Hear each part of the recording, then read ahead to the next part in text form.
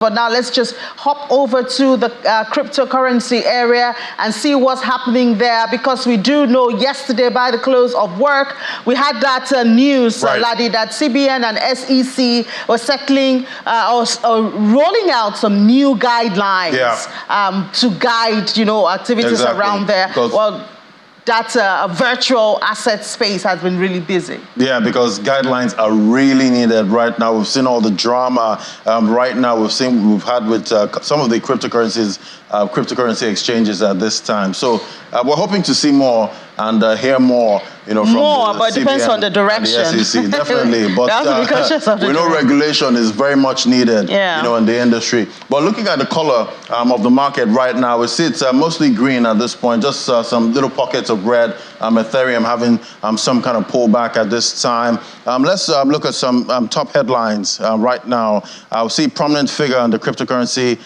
world. That's Michael Novogratz. He's giving out some expectations for the price of Bitcoin at this time. He's projecting $100,000. And we see it's a very extremely greedy market right now, 82 points over 100 right now. So let's look at those headlines now. Also, we're seeing the SEC and SEC of Nigeria and the Central Bank of Nigeria developing guidelines for licensing and registration and screening of digital and virtual asset providers, also known as VASPs, and most of those players in the crypto space. So definitely we're looking forward to see how this guideline is going to impact how these virtual asset providers operate, in Nigeria.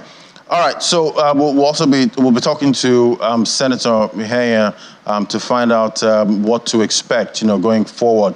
Also, one of the tough headlines today, we see a participant in the market was a victim of a phishing scam there, big scam that took about $674,000 in USDC from his wallet. So those are one of the downsides, of playing in the crypto market. There's risk of scams and being hacked, at this time. All right, let's bring in Senator Miheya, lead partner in Fusion Lawyers, to talk to us of what to expect for regulation when it comes to virtual asset providers. Great to have you, Senator.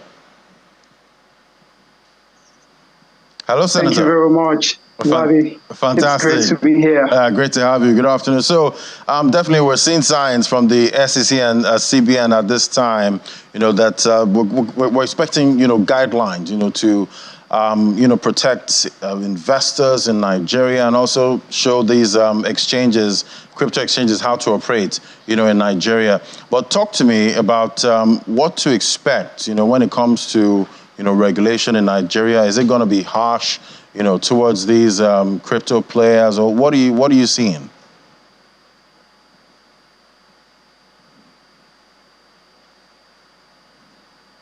Hello, Senator. Right there. That's see, the internet's frozen there. Trying to get Senator tell us what to expect, but we'll try and get him again if you can hear me, Senator. Okay, Senator, I don't know if you can hear me now. I can hear you now. Yes, I can hear you now. Yeah, so talk to me. What are you expecting in terms of regulation? All right. In terms of regulation, I think that the regulation that Nigeria needs for virtual asset service providers is one that has three things. One, it needs to be contextualized based on Nigeria's experience, as well as the Nigerian economy here. Secondly, it needs to be one that is able to balance innovation as well as regulation. And then lastly, it has to be risk-based.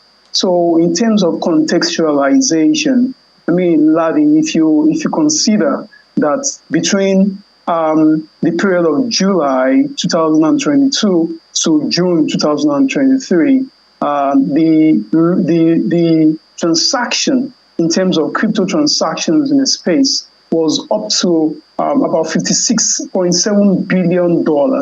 That is well over 5 times the shortfall that Nigeria has in the FX markets. If this is so, it means that if you're a regulator or policy maker, you need to be able to understand that that's not a place to joke with, especially even when you look at the way that crypto adoption has been in Nigeria. Looking at the figures, the demography, you certainly know that Nigeria is a big market.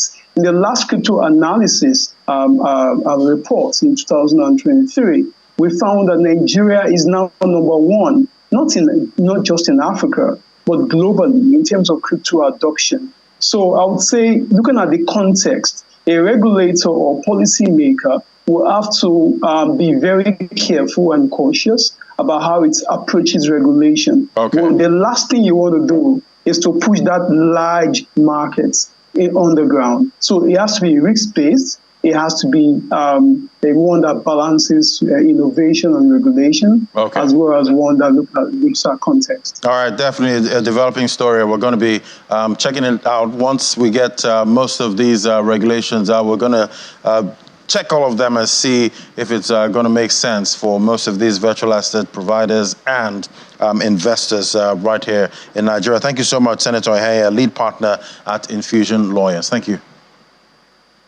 You're welcome. All right, there you have it.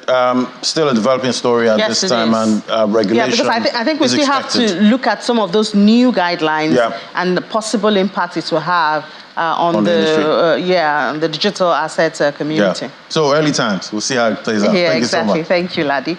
Well, that's it on the program, Business Incorporated. This is the fourth one for the week. We have a final one tomorrow, so you do want to join us to get all the information around the world of business. Laddie Williams will not be here tomorrow, so I'll see you at 10 a.m. I'm Ini John Mekwa. Enjoy the rest of your day.